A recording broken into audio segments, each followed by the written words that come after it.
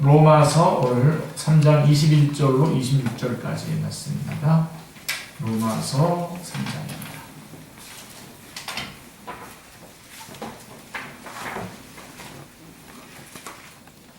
로마서 3장 21절로 26절 우리 거의 암송 다 되시죠? 한번 같이 읽겠습니다. 이제는 율법 외에 하나님의 한 의가 나타났으니 율법과 선지자들에게 증거를 받은 것이라. 곧 예수 그리스도를 믿음으로 말미암아 모든 믿는 자에게 미치는 하나님의 의니 차별이 없느니라. 모든 사람이 죄를 범하였으니 하나님의 영광에 이르지 못하더니 그리스도 예수 안에 있는 성령으로 말미암아 하나님의 은혜로 값없이 의롭다 하심을 얻은 자 되었느니라. 이 예수를 하나님이 그의 피로써 믿음으로 말미암는 화목제물로 세우셨으니 이는 하나님께서 길이 참으시는 중에 전에 지은 죄를 간구하심으로 자기의 의로우심을 나타내려 하시리니 곧 이때에 자기의 의로우심을 나타내사 자기도 의로우시며 또한 예수 믿는 자를 의롭다 하려 하심이라. 아멘. 예, 오늘은 이 3장 21절부터 26절의 말씀 중에서 25절, 26절의 말씀을 중점적으로 같이 나누도록 하겠습니다. 그래서 이 3장 21절부터 26절을 복음의 요약이라고 합니다. 아주 중요한 것이죠. 그래서 로마서 전체에 이렇게 설명 중에서 먼저 1장 18절부터 3장 20절까지 모든 사람이 죄인이라고 하는 것을 철저하게 말씀해주고 난 뒤에 21절부터 그러나 이제는 하면서 그러나 모든 사람이 죄인이지만 그러나 하나님 앞에 갈 수 있는 길이 열렸다 이런 것이죠. 그래서 3장 21절에서 그러면 복음이란 뭐냐? 하나님의 의가 나타난 것이다.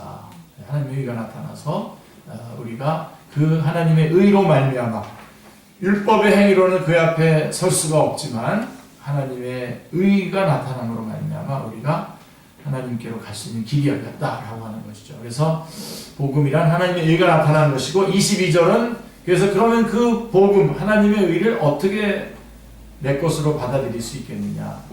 믿음으로 받아들일 수 있다. 차별이 없고 믿음으로 받아들일 수 있다. 그래서 복음의 그런 어떻게 복음을 하나님의 의를 내 것으로 받아들일 수 있냐고 말씀드렸고 23절은 그럼 그 복음이 왜 필요하게 되었냐는 거죠. 하나님의 의가 모든 사람이 죄를 범하였음에 하나님의 영광에 이르지 못했다. 그래서 하나님의 영광에서 떨어졌을 뿐만 아니라 다시 하나님의 영광에 올라갈 수 있는 능력이 사람들에게 없기 때문에 하나님께서 하나님 쪽에서 그 의를 나타내신 것이다 라고 하는 것이죠. 그리고 이제 24절에서는 그러면 어떻게 믿기만 하면 믿음으로 그것을 받아들일 수 있게 되면 이렇게 하나님 앞에 갈 수 있는 길이 열릴 수 있게 됩니다. 어떻게 하면 어떻게 해서 그것이 가능하게 됐냐라고 하는 것이죠.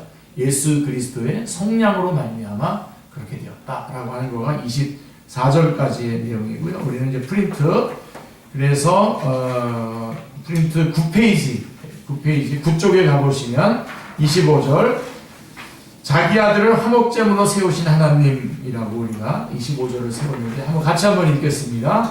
이 예수를 하나님이 그의 피로써 믿음으로 말미암는 화목제물로 세우셨으니 이는 하나님께서 길이 참으시는 중에 전에 지은 죄를 간구하심으로 자기의 의로우심을 나타내려 하시리니 25절은 두 가지의 신학적 난제에 대한 해답을 제공해주고 있습니다. 하나는 하나님은 어찌하여 자기 아들을 화목제물로 십자가에 내주고서야 우리를 의롭다 여겨주실 수 있었는가에 대한 문제이죠. 그리고 또 하나는 구약시대의 죄는 어떻게 처리되었는가라고 하는 문제입니다. 그래서 25절은 이 예수를 하나님이라고 이렇게 시작을 합니다. 그러니까 구원계획의 주체가 누구시냐? 하나님이다라고 하시는 거죠. 구원계획의 주체는 하나님이시고 하나님은 그 계획을 따라서 그의 아들 예수 그리스도를 통하여 성취하셨다라고 말씀을 하려고 하는 것입니다. 하나님의 복음, 복음의 원천은 하나님이죠. 이 하나님의 복음은 아들의 복음입니다. 복음의 내용은 아들입니다. 개념이 아니라 아들이고요.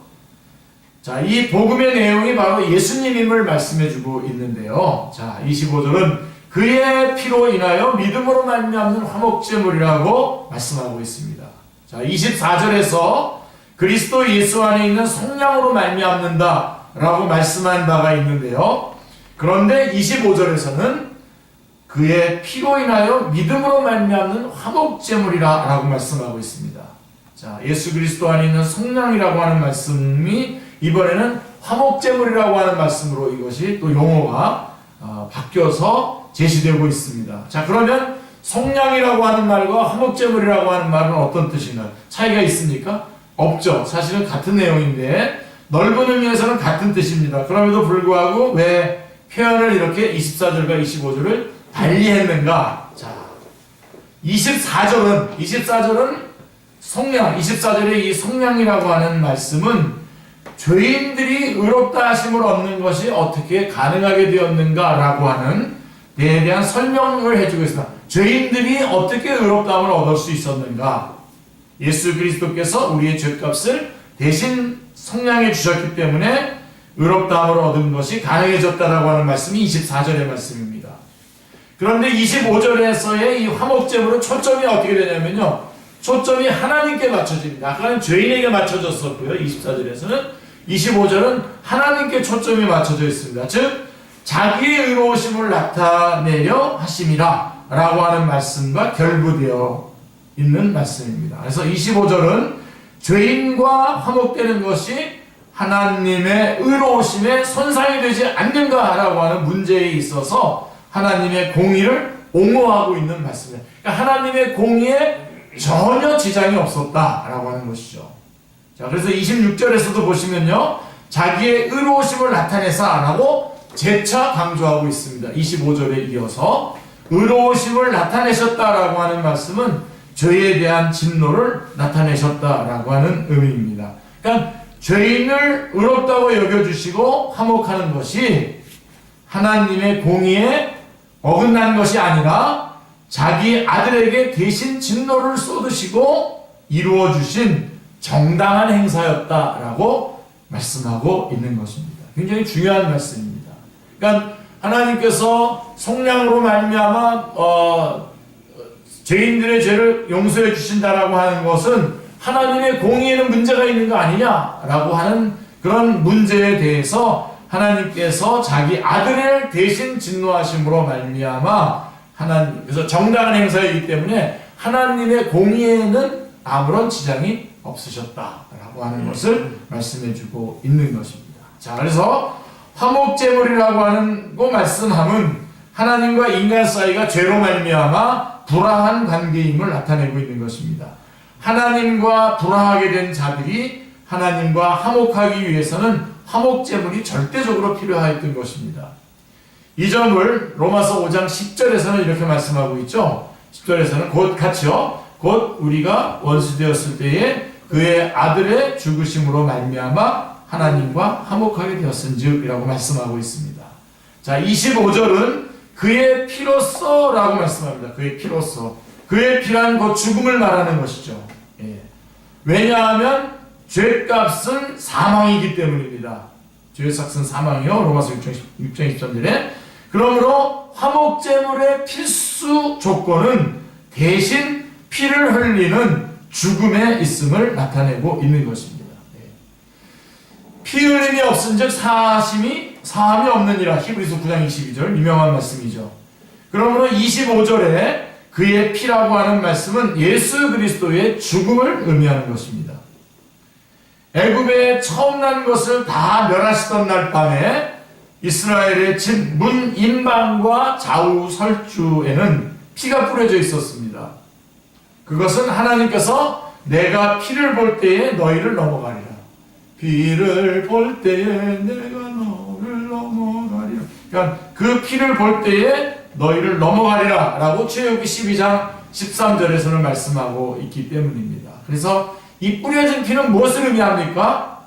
자, 이 집에는 벌써 죽음이 있었다라고 하는 것을 말해주는 겁니다. 그래서 그러니까 여러분 이스라엘 집에도 죽음은 있었던 겁니다. 그죠? 대신 누가 죽은 거죠? 어린 양이 대신 죽었을 뿐이지 이스라엘의 집에도 죽음은 있었다는 것입니다. 그래서 그 피를 좌우설주와 상인방에다 바르도록 이렇게 되어 있는 것이죠.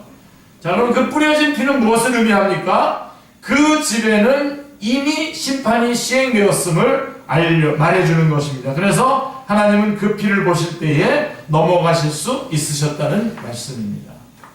그들을 구원한 것은 피입니다.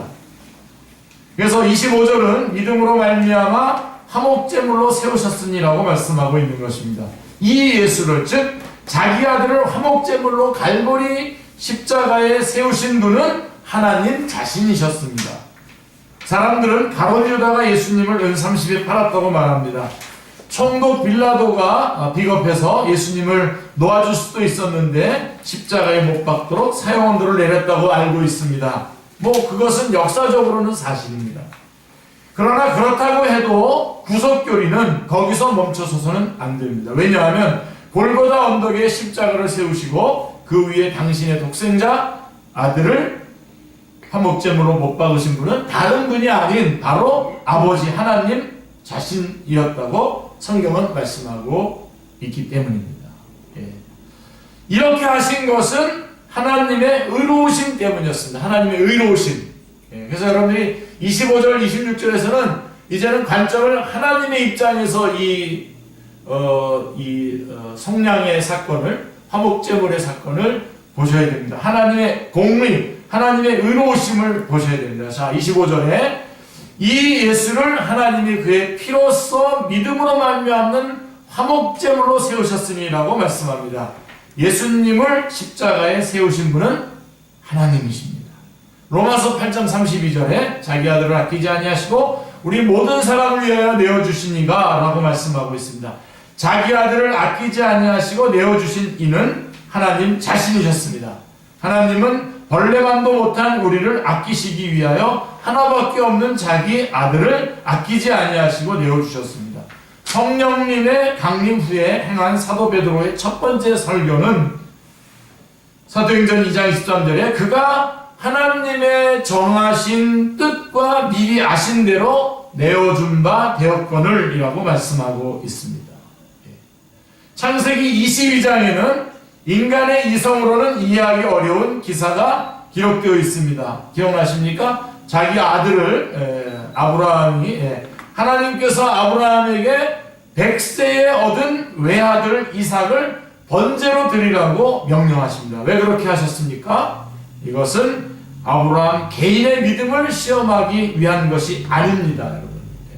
여태까지 여러분들 늘 아브라함의 믿음을 시험하기 위해서 하셨다고 여러분들이 많이 늘 얘기해 왔는데요. 자, 그게 아니죠. 아브라함 개인의 믿음을 시험하기 위한 것이 아니고요. 왜냐하면 하나님께서는 이것을 예표로 삼으셔서 이것을 예표로 해서 자기 아들을 화목제물로 세우실 것을 계시하고 있기 때문입니다. 그게 더 중요한 사건입니다. 번제에 쓸 나무를 등에 지고 모리아산으로 올라가는 이삭의 뒤를 칼과 불을 들고 뒤따라간 사람은 다른 사람이 아닌 바로 아버지 아브라함이었습니다. 이삭을 결박하여 단 위에 놓고 손을 내밀어 칼을 잡고 그 아들을 잡으라라고 한 사람은 이삭의 아버지인 아브라함이었습니다. 창세기 22장 16절 말씀을 보면 내 아들 내 독자를 아끼지 아니하였은즉 이라고 말씀합니다. 독생자를 아끼지 아니하시고 화목제물로 내어주신 이는 다름 아닌 예수 그리스도의 아버지이신 하나님이셨습니다. 그것을 예표로 보여주기 위해서 아브라함으로 하여금 이삭을 바치도록 하는 그러한 것을 보여주신 겁니다. 아브라함이 이삭을 내려치려고 하는 순간 어떻게 됐죠? 하늘에서는 급한 음성이 들려왔습니다. 그 아이에게 내 손을 대지 말라. 아무 일도 그에게 하지 말라라고 하늘에서 급한 음성이 들려왔습니다. 아브라함은 하나님께서 친히 준비하여 두신 수풀에 매여있는 수양을 아들을 대신하여 번제로 드렸습니다. 자, 그러나 예수님께서 하나님이여 하나님이여 어찌하여 나를 버리셨나이까 라고 외칠 때에, 그렇게 부르짖고 있을 때에는 하늘에서는 아무 소리도 들려오지 않았습니다. 왜 그랬습니까? 예수 그리스도를 대신하여 화목제물로 드려질 다른 제물은 없었기 때문입니다. 모든 사람은 자신의 죄도 해결하지 못하고 있으니 다른 사람의 죄를 구원해 줄 수 없는 것입니다. 자기 아들을 죄 있는 육신의 모양으로 보내어 육신의 죄를 정하사 죄를 알지도 못하신 자로 우리를 대신하여 죄를 삼으신 분은 하나님 자신이셨습니다. 하나님이시라도 이 길 외에는 다른 길은 없으셨던 것입니다. 자, 여러분의 마음의 문, 임방과 좌우설주에는 어린 양 되시는 예수 그리스도의 구속의 피가 뿌려져 있습니까? 이 예수를 하나님이 그의 피로써 믿음으로 말미암는 화목제물로 세우셨으니, 예수 그리스도를 화목제물로 세우신 분은 하나님이십니다. 할렐루야. 그래서 25절에서 예수님 우리들을 용서해 주신 것이 하나님의 공의에 아무런 손상되지 않았다는 거죠. 아들을 되신 화목제물로 죽이심으로 말미암아 하나님의 공의는 공의대로 여전히 드러났다라고 하는 것이죠. 그리고 이제 26절까지 하는 게 좋을 것 같습니다. 자신의 의로우심을 나타내신 하나님, 26절 같이 읽겠습니다. 곧 이때에 자기의 의로우심을 나타내사 자기도 의로우시며 또한 예수 믿는 자를 의롭다 하려 하심이라. 자, 25절, 26절에서 가장 강조하고 있는 바가 뭡니까? 하나님의 의로우심입니다. 하나님의 의로우심. 25절에서 자기의 의로우심을 나타내려 하심이니 라고 말씀하고 있고, 26절에서도 곧 이때에 자기의 의로우심을 나타내사 라고 말씀하시면서 이어서 자기도 의로우시며 라고 재차 강조하고 있습니다. 하나님의 의로우심, 여러분, 이보다 더 귀중하고 중요한 문제는 없습니다. 우리의 구원보다도 더욱 중요하다고 하는 말씀입니다. 예수 그리스도께서 십자가를 지신 목적은 하나님의 의로우심을 나타내는 것이 먼저요, 사람을 구원하는 것은 그 다음입니다. 하나님의 공의, 하나님의 의가 드러나는 것이 먼저고, 그 다음에 그 안에서 우리가 구원을 받는 것입니다. 곧 이때에 자기의 의로우심을 나타내사 자기도 의로우시며, 이것이 먼저요, 예수 믿는 자를 의롭다 하려 하심이라, 이것은 나중입니다.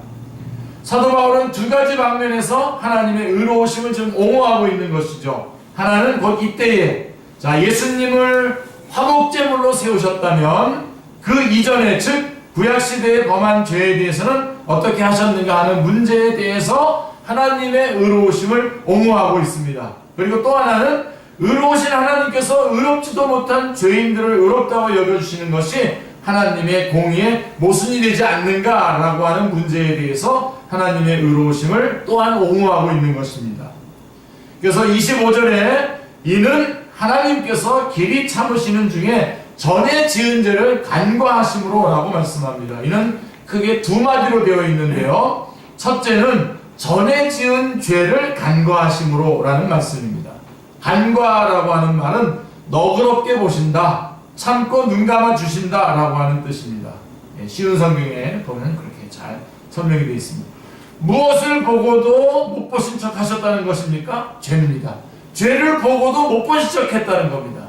그러니까 구약시대란 하나님께서 죄를 보고도 못 보신 척 하신 시대였다는 것입니다. 그리고 둘째는 길이 참으시는 중에라고 말씀합니다. 길이 참으시는 중에 무슨 뜻입니까? 자, 이 참으심은 아노게라고 하는 말을 번역한 것인데요, 그 뜻은 무거운 짐을 들고 참고 있는 모습을 나타내는 말씀입니다. 하나님께서는 구약시대에 지은 모든 죄를 마치 무거운 짐을 들고 참고 있는 것 같이 하셨다는 것이죠. 자, 그러니까 구약시대란 하나님께서 죄를 간과하시면서 죄를 보면서도 못 본 척 하시면서 길이 참으신 기간이었다라고 하는 것입니다. 구약시대는. 그래서 25절은 자기의 의로우심을 나타내려 하심이라 말씀합니다. 나타내려 하심이란 구약시대란 하나님의 의로우심, 공의를 나타내지 못한 시대였다는 것이 되는 것이죠. 이는 하나님께서 전에 지은 죄를 간과하심으로 길이 참으셨다라고 하는 말씀과 결부되는 것입니다. 그러면 자, 의로우심을 나타내지 않으시고 언제까지 길이 참으셨다는 겁니까? 26절에 곧 이때 자기의 의로우심을 나타내사라고 말씀. 이때는 어느 때를 말합니까? 이 예수를 하나님이 화목제물로 세우신 그때에, 바로 그때를 가리키는 것. 즉 온 인류의 모든 죄를 자기 아들에게 담당시키실 때까지 참으셨다는 것입니다. 주님의 십자가 사건은 하나님의 의로우심을 나타낸 사건이었다는 말씀입니다. 이를 요약하면 하나님은 자기 아들에게 온 인류의 죄를 담당시키시기까지는 죄 짓는 것을 보고도 못 보신 척 길이 참고 계셨습니다. 그렇게 하실 때에 죄를 묵과할 수 없는 하나님의 공의는 나타내지 못하고 계셨습니다. 언제까지 참고 계셨습니까? 곧 이때, 즉 자기 아들을 화목제물로 삼으실 때까지 참으셨다는 말씀입니다. 이것이 바로 25절에 자기의 의로우심을 나타내려 하심이라 라고 하는 뜻입니다. 자, 왜 그렇게 하셨습니까? 우리를 사랑하시는 하나님의 사랑이 그렇게 하셨습니다. 그러니까 주님이 담당하신 십자가는 자기의 공의와 하나님의 사랑을 동시에 나타낸 사건인 것입니다. 자, 구약 시대에는 정결한 짐승을 속죄제로 드림으로 죄사함을 받았습니다. 그러나 그 제사는 그림자에 불과했던 것입니다. 그것은 장차 오실 어린 양 되시는 예수 그리스도의 모형에 불과했던 것입니다. 자, 여러분, 짐승이 죽는다고 죄값이 지불되는 것은 아니죠. 히브리서 10장 4절은 이는 황소와 염소의 피가 능히 죄를 없이 하지 못함이라 라고 말씀합니다.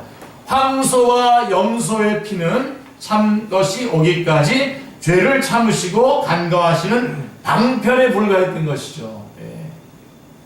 두 가지를 반문해 보면 답을 알 수가 있어요, 여러분들. 자, 첫째로 짐승의 피가 죄를 대속해 줄 수 있었다면 예수님이 왜 십자가에 달리셔야 됩니까? 그때 당시에 짐승으로 드린 제사가 우리의 죄를 대속해 줄 수 있었다면 예수님이 굳이 오셔서 십자가에 달리셔야 할 이유가 필요가 어디에 있단 말입니까? 히브리서 10장 11, 12절에 매일 서서 섬기며 자주 같은 제사를 드리되 죄를 없게 하지 못하였거니와 오직 그리스도는 죄를 위하여 한 영원한 제사를 드리시고 하나님 우편에 앉으사라고 말씀하고 있습니다. 그리고 또 하나 점검해보면 둘째로 짐승의 피가 죄를 대속해 줄 수 있었다면 그동안에는 죄로 말미암아 굳게 닫혔던 휘장이, 성전의 휘장이 어째서 열리지 않았습니까? 죄를 범하고 제사 드릴 때마다 휘장이 열렸어야 되지 않습니까? 그런데 안 열렸고요. 언제서 열렸습니까? 히브리서 9장 8절은 성령이 이로써 보이신 것은 첫 장막이 서 있을 동안에, 구약시대죠. 첫 장막이 서 있을 동안에 성소에 들어가는 길이 아직 나타나지 아니한 것이라 라고 말씀하고 있습니다. 히브리서 9장 15절은요. 이를 인하여 그는 새 언약의 중건이 이는 첫 언약 때에 구약시대에 범한 죄를 속하려고 죽으사라고 말씀하고 있습니다. 그러니까 여러분, 한마디로 얘기해서 신구약을 막론하고 죄사함은 오직 예수 그리스도의 대속으로 말미암을 뿐입니다. 예수님 이외에 다른 방법으로 구원받는 것은 없습니다. 구약에도 그렇고 신약에도 그렇다라고 하는 것입니다. 할렐루야. 차이가 있다면 구약의 성도들은 장차 오실 예수님을 바라보고 믿었다고 한다면 신약의 성도들은 이미 오신 예수 그리스도를 믿는다라고 하는 차이뿐입니다. 그러므로 구약의 성도들은 예표로 주신 속죄제 유월절을 지키면서 실체가 오시기를 기다렸고, 신약의 성도들은 이제 개혁을 해서 그 유월절이 개혁이 돼서 성찬을 행하면서 재림의 주를 기다리고 있는 것입니다. 그러므로 주님은 아브라함도 나의 때 볼 것을 보고 기뻐하였느니라고 말씀하셨고, 욥도 내가 알기에는 나의 구속자가 살아계시니 후일에 그가 땅 위에 서실 것이다 라고 고백했던 것입니다. 하나님께서 길이 참으시던 죄에 대한 진노를 곧 이때에 자기 아들에게 쏟으심으로 자기의 의로우심을 나타내사 자기도 의로우시며 라고 26절에 말씀하고 있습니다. 자기의 의로우심을 나타내셨다라고 하는 이 의는 우리에게 입혀주신 칭의가 아니라 죄에 대해 진노하시는 하나님의 공의를 말합니다. 자, 저수지에 물이 고이듯 쌓이고 쌓였던 참으시고 참으셨던 진노가 남김없이 자기 아들에게 쏟아부어졌던 것입니다. 이때에 하나님의 의는 비로소 만족히 여김을 받으셨다는 것입니다. 할렐루야. 이것이 곧 이때에 자기의 의로심을 나타내사 자기도 의로우시며라고 하는 말씀의 뜻인 것입니다. 할렐루야. 자기도 의로우시며라고 했는데 그렇다면 하나님의 불의하신 때가 있으셨단 말입니까? 예, 아닙니다.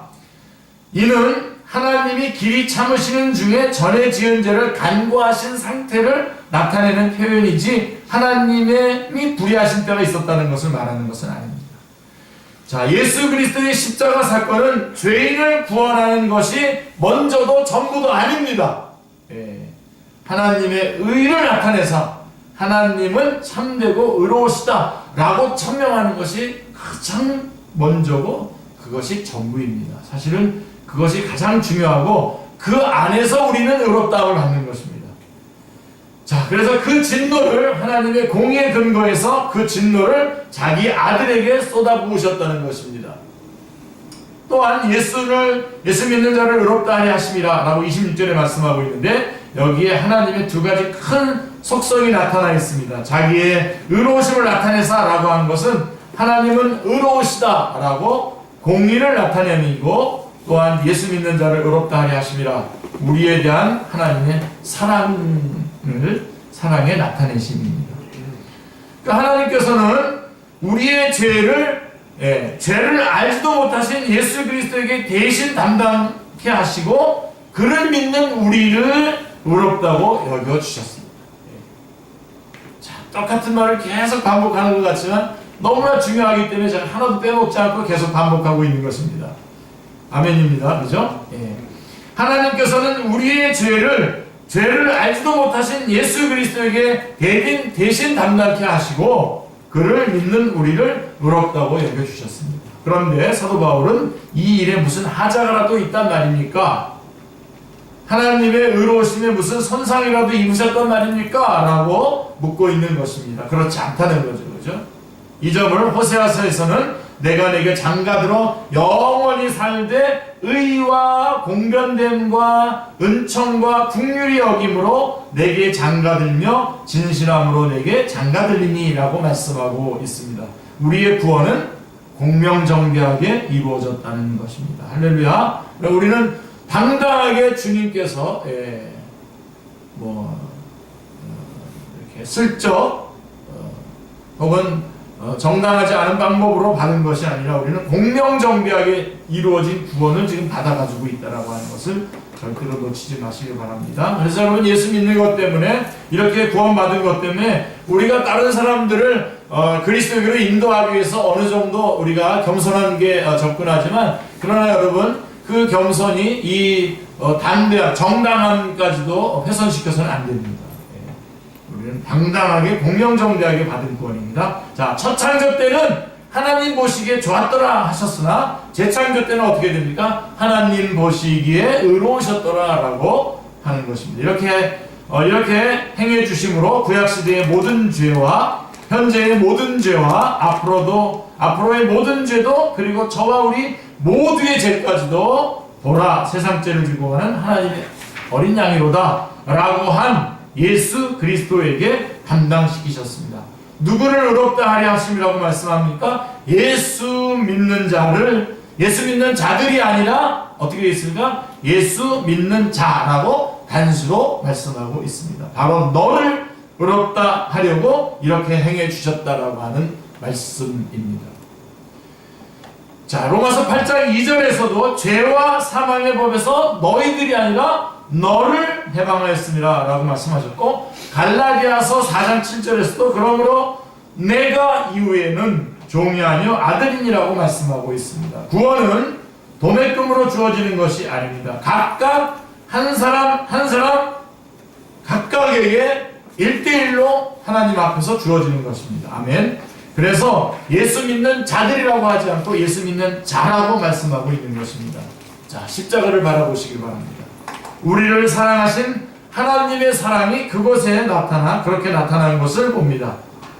또한 우리의 죄로 말미암아 자기 아들을 십자가에 못 박지 않을 수 없는 하나님의 공의가 그렇게 나타나는 것을 봅니다. 우리는 아무 말도 할 수 없습니다. 다만 하나님의 사랑의 높이와 우리의 죄의 깊이를 바라보면서 입술을 깨물 뿐입니다. 그래서 3장 21절부터 26절까지의 귀한 말씀 다 나누었습니다. 그래서 하나님의 의가 나타났고 복음이란 하나님의 의가 나타나는 거고 우리는 그것을 믿음으로 받아들이고 왜 우리가 그렇게 필요했냐? 우리가 하나님의 영광에서 떨어졌기 때문에.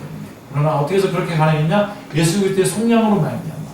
그래서 그 다음에 우리가 받은 구원이 정당하고 하나님의 공의에도 전혀 손상되지 않고 하나님은 공의로운 것이 드러나고 우리는 그 안에서 의롭다함을 얻는 칭의를 얻는 그런 귀한 것을 우리가 21절부터 26절에서 배웠습니다.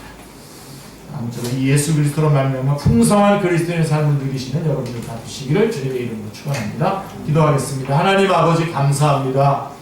오늘 주신 말씀을 통해서 주님께서 저희들을 구원하시기 위해서 하나님 이렇게 소중한 하나님 모든 필요한 모든 절차들을 죄에 대한 철저한 처리를 하심으로 저희가 받은 구원이 공명정대한 구원이고 또 구약시대 때 지었던 죄들 또 역시 예수 그리스도로 말미암아 해결함 받았다라고 하는 귀중한 말씀을 저희가 오늘 공부하게 해주셨습니다. 하나님 참으로 그가 누구든지 간에 신약이든 구약의 성도든 다 예수 그리스도로 오직 예수 그리스도로 말미암아 구원받는 이 소중한 은혜의 말씀을 저희가 오늘 배웠고 또 그렇게 저희가 믿음으로 영접했사오니 이제 남은 생에 마치 저희가 스스로 잘나서 자격이 있어서 구원받은 자처럼 자랑하며 교만하게 살지 않게 하여 주시옵시고 오직 겸손하게 주께서 베푸신 은혜를 누리며 그 은혜에 합당한 삶을 겸손하게 살아드려 많은 사람들은 또 주님 앞으로 인도하는 귀중한 생명의 사역을 감당하는 삶이 되게 하여 주시옵소서. 하나님 삶의 현장으로 나갑니다. 불꽃 같은 눈으로 주님 지켜주시고 눈동자와 같이 보호해주시고 머리털 하나도 상하지 않도록 우리 성도님들 붙잡아 주시기를 원합니다. 그 몸을 건강으로 인도하여 주시옵소서. 머리끝부터 발끝까지 온몸의 기관들이 다 힘있고 윤택하게 하여 주시옵시고 그 마음에는 주님이 주시는 깊은 평강 그 풍랑 가운데도 고물에 베게 하시고 주무셨던 그 깊은 평강을 하나님 우리 귀한 성도들에게 주시고 하나님 기쁨과 감사가 함께 넘치도록 그 마음을 주장하여 주시옵소서. 그 영은 성령님으로 충만하여 본인도 믿음 안에서 승리할 뿐만 아니라 많은 사람들 주님 앞으로 인도하는 복된 성령님의 충만함을 허락해 주시기를 원합니다. 감사드리오며 주 예수 그리스도의 이름으로 기도드리옵나이다. 아멘.